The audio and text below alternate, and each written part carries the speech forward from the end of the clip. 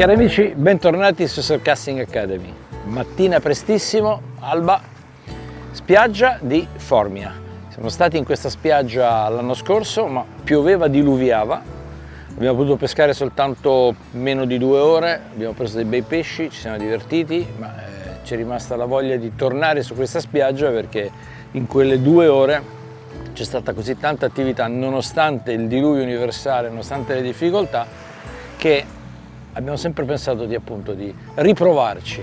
Ora le condizioni non sono decisamente simili a quelle dell'altra volta, perché il mare è completamente piatto, è previsto l'incremento del vento, è previsto l'arrivo della pioggia.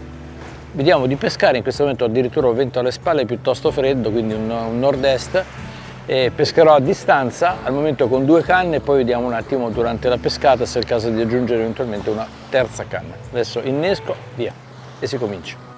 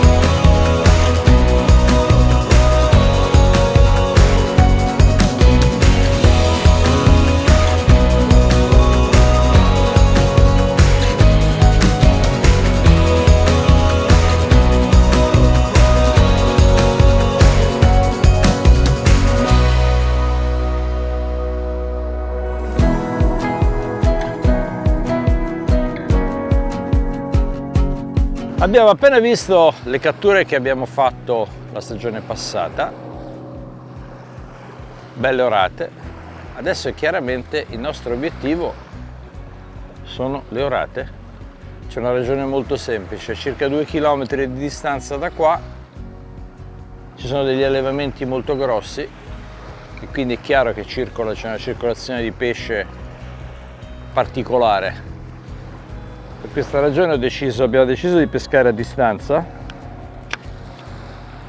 anche se, perché ci sono queste condizioni di mare, anche se l'altra volta, nell'altra uscita, pescavamo molto più ravvicinato, perché c'era comunque molto ondoso. Adesso andiamo a cercare un po' fuori, vediamo cosa succede. Il fondale è morbido, molto morbido, sembra addirittura fangoso. Questo lo rende piuttosto interessante.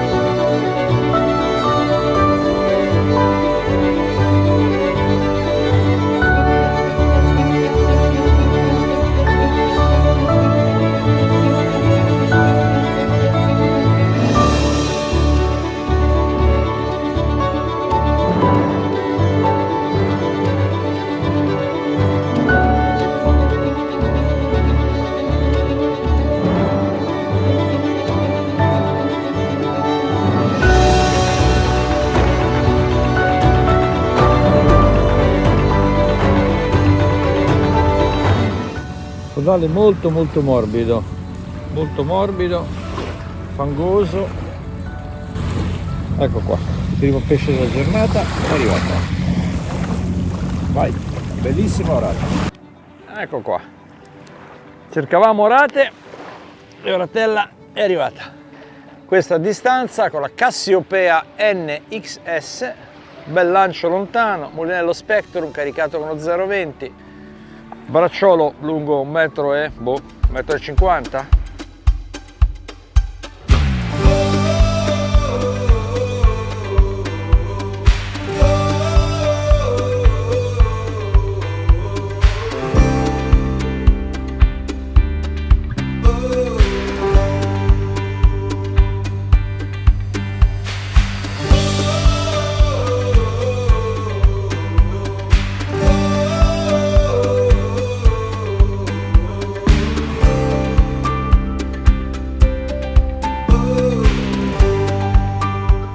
Due parole sulla nuova Hydrogen Orizzonte, una canna in due pezzi, 4,05 m, performance di punta, molto elevate, lancio lungo, preciso, canna ad un'azione piuttosto rapida. Mi piace molto perché è una canna dai diametri ridotti, quindi è facile da gestire, anche con le mani un po' infreddolite si tiene bene. È leggera fondamentalmente e rispetto a tante consorelle della stessa categoria ha una maggiore sensibilità nel cimino. È fatta su materiale CXN a basso contenuto di resine, quindi è molto reattiva nel lancio. 3/4 della canna sono abbastanza rigidi, mentre la parte finale è piuttosto sensibile, ripeto. Quindi una canna che certamente ci aiuta e nella distanza e nel recupero, mantenendo inalterata la piacevolezza del combattimento, la sensibilità nelle fughe, quindi si può tenere anche qualche diametro un pochino più basso, sapendo di poter controllare la preda. Ripeto, 4,05 m, giusto compromesso per la trasportabilità, che è un aspetto da non sottovalutare, e la presenza nelle varie situazioni. Canna adatta a mare formato, importante, oppure come oggi cercare di ottenere le massime distanze possibili. Visto che in questo momento si è fermata l'attività e vedo che no, si è proprio fermata, quindi c'è in giro qualcosa, no, a questo punto la rilancio uguale. Prossima canna che recupero faccio un cambio e monto un BB. Non si sa mai, un bel BB su un long arm. Tanto vediamo questo di terminale, che è un mini trave, piacciono molto questi mini trave, 150 grammi, 1,20 m, 1,30 m, 0,22, amo del 6, un F31, un classico, quindi una montatura perfetta in queste situazioni. Si potrebbe addirittura allungare di altro 30-40 cm, anche mezzo metro il bracciolo. Il fondale è fangoso, il piombo tende a raffossarsi un pochino, quindi subito dopo il lancio, una volta che ha preso contatto col fondo, conviene spostarlo appena appena. E purtroppo ci sono delle corde, perché prima ne ho agganciata una, o delle catene, qualche cosa, che trattengono le boe. Abbiamo ancora una percentuale di vento alle spalle, ma sta girando gradualmente il vento, perché nelle prossime ore comincerà ad alzarsi. Le previsioni danno pioggia già a partire da oggi pomeriggio nel nord Italia, nel centro Italia un po' più alto sta già piovendo in modo molto deciso, quindi vediamo un attimo.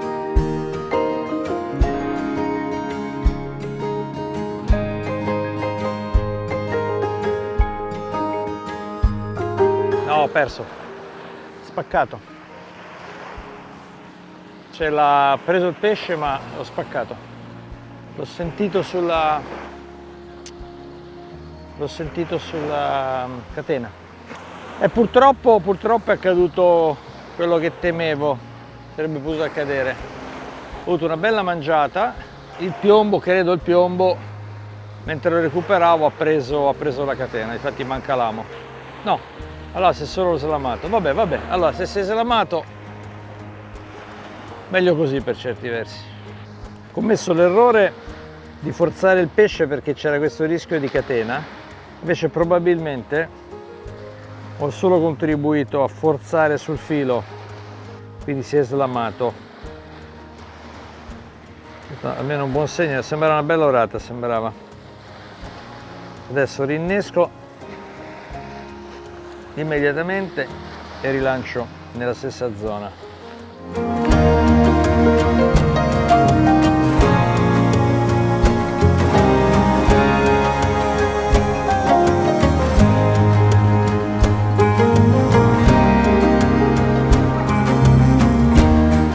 La montatura si basa su un F31 misura 6, filo FC 403 del 22. Sto pescando con 125 grammi, cercando di lanciare il più preciso possibile, il più dritto possibile. Bella mangiata, peccato, poteva essere un pesce d'Italia. E gli metto la renicola immediatamente perché avevo intenzione di passare sul bivi, ma chiaramente avendo avuto adesso una mangiata sulla renicola gliela ripropongo. Ecco qua, bell'innesco grosso, così andiamo. a riprovare la fortuna.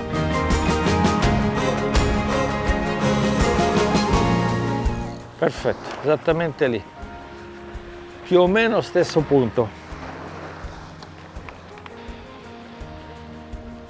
Un accessorio utilissimo, Rig Storage Wallet, per caricare 8 travi già pronti, ho già scritti, innescati, alcuni hanno già il bracciolo con l'amo, alcuni no, ma almeno abbiamo tutto quanto ordinato. Già con uno o due di questi wallet si può benissimo andare a pescare, se li abbiamo già preparati con gli ami si tratta solo di portare i piombi e qualche amo e filo di riserva e non abbiamo bisogno d'altro. Sono molto comodi perché appunto tutto è ordinato, tutto è assolutamente preciso, la confezione è leggerissima e comoda, quindi vi suggerisco di utilizzarne almeno un paio nella vostra borsa, sono veramente facili da usare.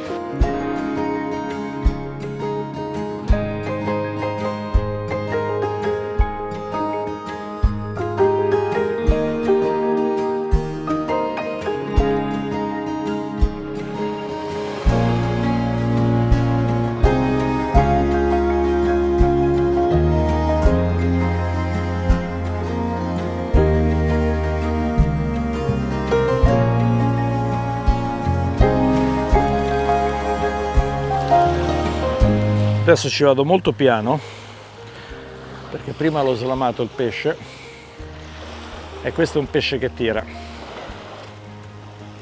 quindi non c'è ragione alcuna per forzarlo.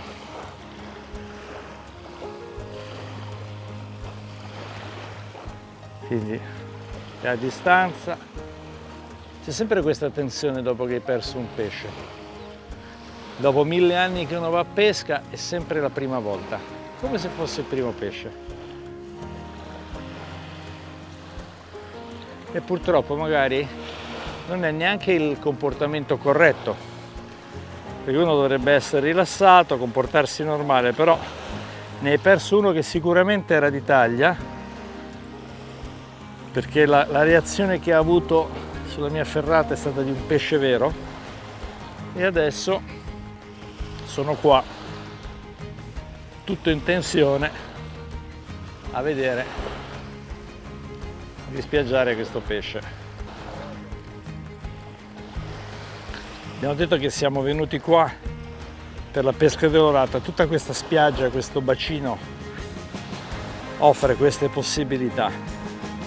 Le condizioni, stavo dicendo poco fa proprio a Jonathan in attesa, sono quelle giuste per pescare l'orata. La temperatura è molto gradevole, la temperatura dell'acqua è ancora piuttosto alta, la marea, siamo nei paraggi del culmine e quindi è sicuramente una bella situazione, anche gradevole per noi o per chi gli appassionati si vanno a fare due passi. Vediamo di tenerlo sotto, ora mi aspetto qualche fuga, cerchiamo di ammortizzarlo, che con queste canne comunque potenti, le 250 sono canne di taglia. Una ratozza, sto andando piano perché comunque sia l'abbiamo tanto cercata e ora vediamo di portarlo a riva.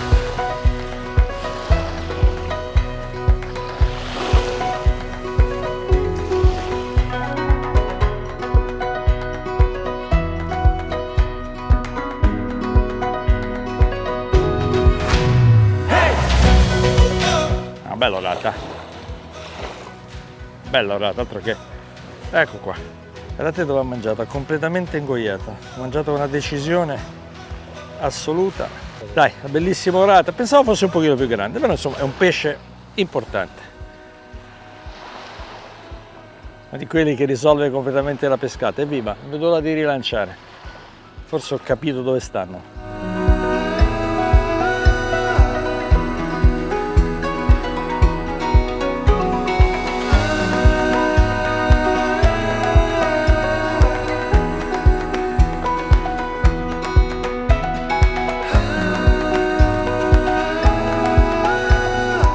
Ovvio che il mio progetto di andare a innescare un bibi viene immediatamente smentito dai fatti, quindi il bibi può rimanere tranquillo nella scatola. Adesso lo rimetto all'ombra, continuo con la renicola, perché tra l'altro con questo mare così piatto la renicola ha un senso, il bibi no. L'avevo preso in previsione di, appunto, di mare in aumento, ma evidentemente il mare non ha intenzione di salire. Ho agganciato 2 pesci nella stessa zona, quindi adesso se riesco lancio nella stessa area.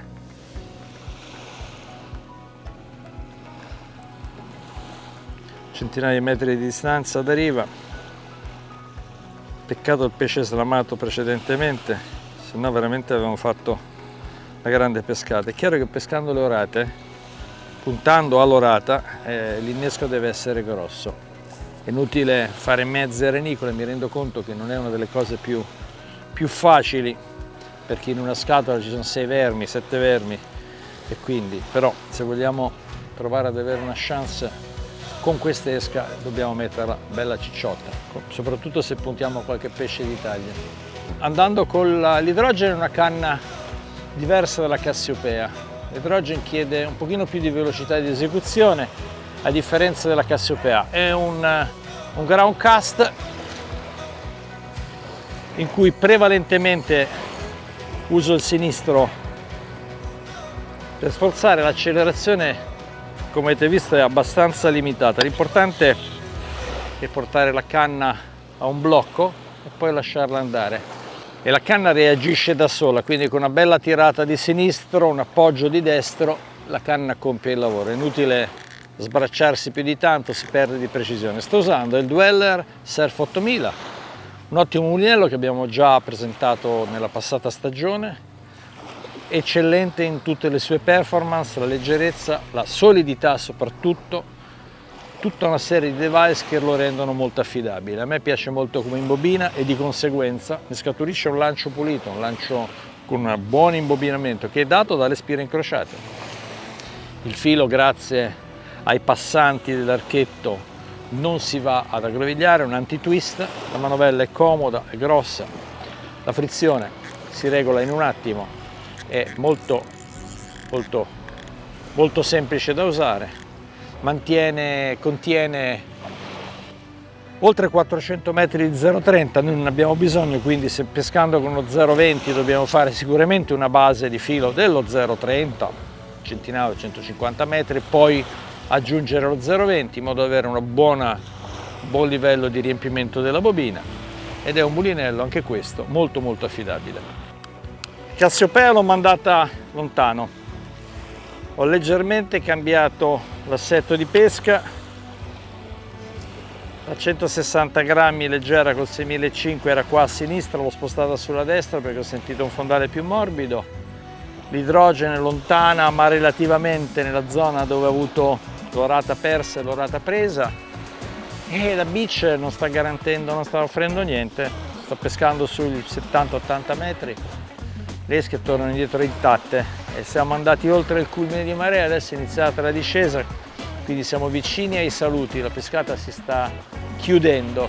Adesso la prossima passata, se le esche non sono intatte, cominciamo a smontare e poi ci salutiamo. Comunque devo dire, una sessione sì, col mare calmo, ora sta cominciando a muoversi, è girato completamente il vento, però una pescata breve, un'alba, con 3 mangiate, 3 orate, quelle che cercavamo. Peccato quella che se n'è andata perché era un altro bel pesce, c'è da essere molto soddisfatti, direi. Quindi questa spiaggia ancora una volta, questo bellissimo litorale ancora una volta ha regalato delle soddisfazioni. Il fondale non è particolarmente bello, almeno in questa zona.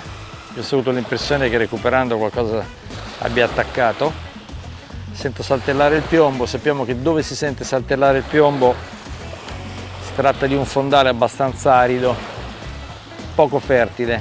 Quindi dobbiamo andare sempre a cercare, come qua ad esempio, andare sempre a cercare zone in cui il piombo sembra essere trattenuto, quindi fondali morbidi, vuol dire che le onde, la corrente hanno scavato abbastanza. Infatti non è successo assolutamente niente.